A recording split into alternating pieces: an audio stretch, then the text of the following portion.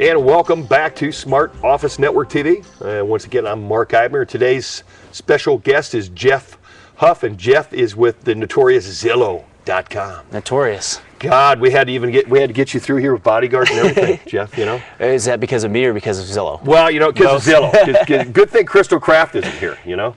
No, I think we had the Forbes article with the data from Zillow. Oh yeah, I should have brought the. You know, I actually talked to Crystal after Rebar, and I was at Rebar, and I did not. I left because I had an appointment right when all the breakout sessions were done. So it just so happens that one of my customers said, "Oh yeah, I saw his tweet talking about Zillow." It's like, whoa, I wasn't even there to defend yourself. Yeah, because we had a statement that we printed out after that happened, how they kind of misrepresented the information, and it was just kind of ridiculous because, you know, basically they said Zillow said that there was 40,000 homes in the metro area on the market when in fact there were only like 20. So they said that they got that information from Zillow, which was totally it was bunk journalism. It was misrepresented. So. You know, you could have said there were 10,000 homes. They should have investigated it. Yeah. Right. Verify the data. Maybe talk to some of your upper ups at Zillow and confirm, like, well, we're going to print that there's only 10,000 homes for sale in Denver or 40. What do you guys think of that data? Is that data accurate, etc.? Yeah, and because we all know that Denver is one of the stronger markets in the country, and we've shown that on Zillow before, so it's kind of blindsided us when that happened. Right. So let's talk a little bit about Zillow. I think a lot of people still think Zillow's just automate, you know, an AVM that's sitting out there, and people they used to use it like an ATM, and now they look to see how broke they are. So kind of instead of how much ATM I can go get a second, now it's like, God, how much do I got to pay Zillow?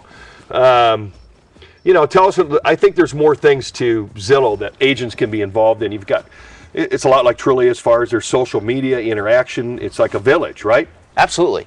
I think the main points that I always like to talk to when getting in front of an office or when talking with an agent, I basically cover the Zestimates. That's what everybody wants to talk about. That's what we're most known for, or notorious in many instances, especially when it comes to real estate professionals. Right.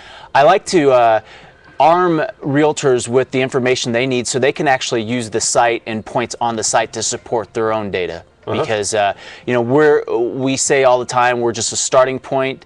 You know, we're not the local professional, and through the various marketing tools on Zillow, you as an agent can actually position yourself as a local expert on Zillow.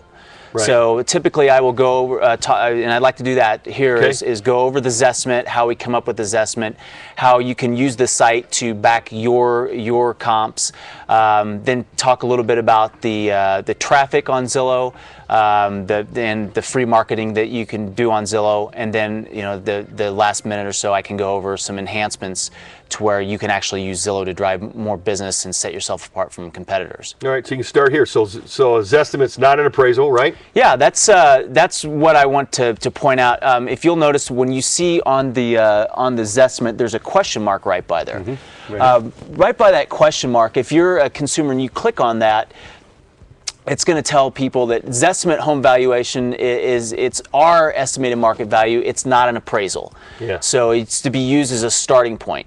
Now, I'm sure that you've probably had this come up in your listing presentations or when working with buyers, and you'll tell people as a realtor, well, don't pay attention to Zillow. And this is something to where you can actually give credibility to yourself because you've actually delved into the website, and you can point out at the bottom of the page there, on every page we have a link that you can click on where it's going to get into detail about the Zestimate and the accuracy. Mm-hmm. So if you want to take it to the next page, there we go. You'll see that the Denver metro area, now we do this quarterly, and we update the data. So Denver is a 3 out of 4 star. It has 99% of the homes in the metro area on Zillow, right, and 99% have a Zestimate. But here's the thing. You can take your client that says, but Zillow says, take them right here and say, look, this is actually Zillow themselves says that there's a margin of error. So, you know, 25% of the homes are within 5% of the sale price. So that's pretty good.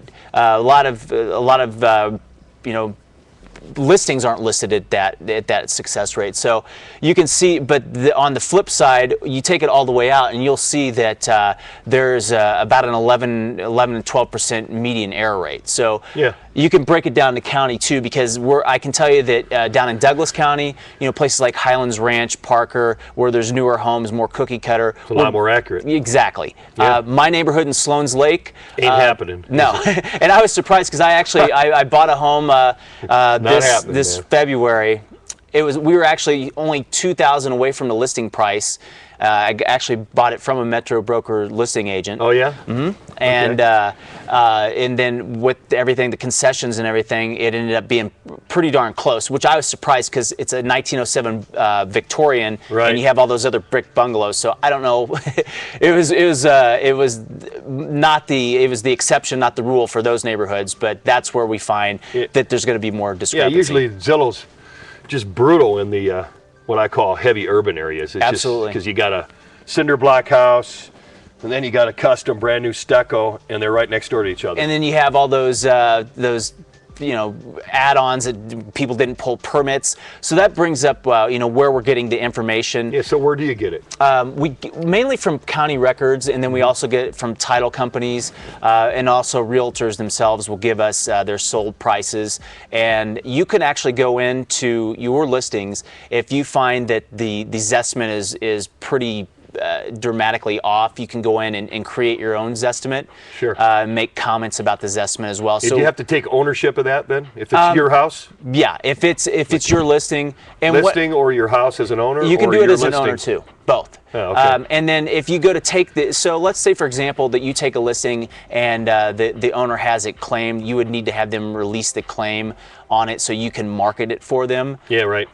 But we have all kinds of question marks and places on the site where you can request it to happen. Also, I'll give an email address at the end so people can contact our listing support. So if you need help with anything. But basically, we have about 300,000 different variables when creating the Zestimate. How we create the Zestimate in my neighborhood, Sloan's Lake, is going to be different than the Zestimate that's created for a condo down in Highlands Ranch. Mm-hmm. Right. And we update those estimates. So how many different algorithms are running? About 300,000. 300,000 different algorithms or different venues. Yep. Depending on property type, location. Exactly. Zip code. Property type, and wow. where I've seen the biggest discrepancy is we don't always know the cutoffs for neighborhoods, and you have the county records telling us one thing when in fact somebody maybe 5 years ago popped the top on it and it's not reported to the county or it's been totally redone. So again, we're just a starting point, and that brings us to the next part, the marketing. All of your agents can come in, have their listings on Zillow for free. Right. The caveat to that is we need to have it come through a feed. So I know you have a lot of tech-savvy agents. They're probably familiar with ListHub, Postlets. You want to use something like that. All of our stuff's going through ListHub. Okay. But how about an individual broker associate? I mean, do they have to use ListHub through me, or can a broker associate have their own account with their own listing? They can do it through ListHub. I would recommend doing it through ListHub on their own because I have a real estate license myself. I don't practice it that much because I'm busy with Zillow. But if I have my listings on the site, I don't want my listing going into a sign call. So you want to make sure that you come in and claim your own listings. You have it set up through ListHub or Postlets. You only want to have one feed coming into us. That way it's easier for you to manage the listings. Yeah. And the important thing is having the email address you use to load your listings to MetroList be the email address that's used on your profile on Zillow. No, so that's important. So your email profile, same as email in MetroList. Exactly. And a lot of people may have profiles on Zillow that aren't activated. They may not know they're there. Yeah. So what you would need to do is there's a My Zillow button or a sign in. You just put in your email address and it'll prompt to email you the password. All right. This is my friend Ben Kinney out in Bellingham, Washington. He has about 250 listings right now. Does a lot of his business through the internet and social media. But basically, it's just an online resume, and you want to make sure that you have all your your proper contact information there. You can drop in your links to your Facebook account, if you have a fan page, Twitter, LinkedIn, and the below About section, you can actually put in links to your website, so it's going to help enhance your SEO by linking in with Zillow. And then when a buyer or seller clicks on the link, it'll actually be driven to your website. So it will leave Zillow and come to your webpage. Great. So we got to wrap it up here pretty quick. This is the main thing I wanted to talk about, was becoming an advocate on Zillow. It's like a forum. Exactly. So here's two things. You can come in and answer questions. You'll actually get social media juice, you get contributions on here. Why this is important is because, and I'll mention towards the end, we have the Premier Agent list now that is marketing. It goes in front of people that are looking at homes on Zillow.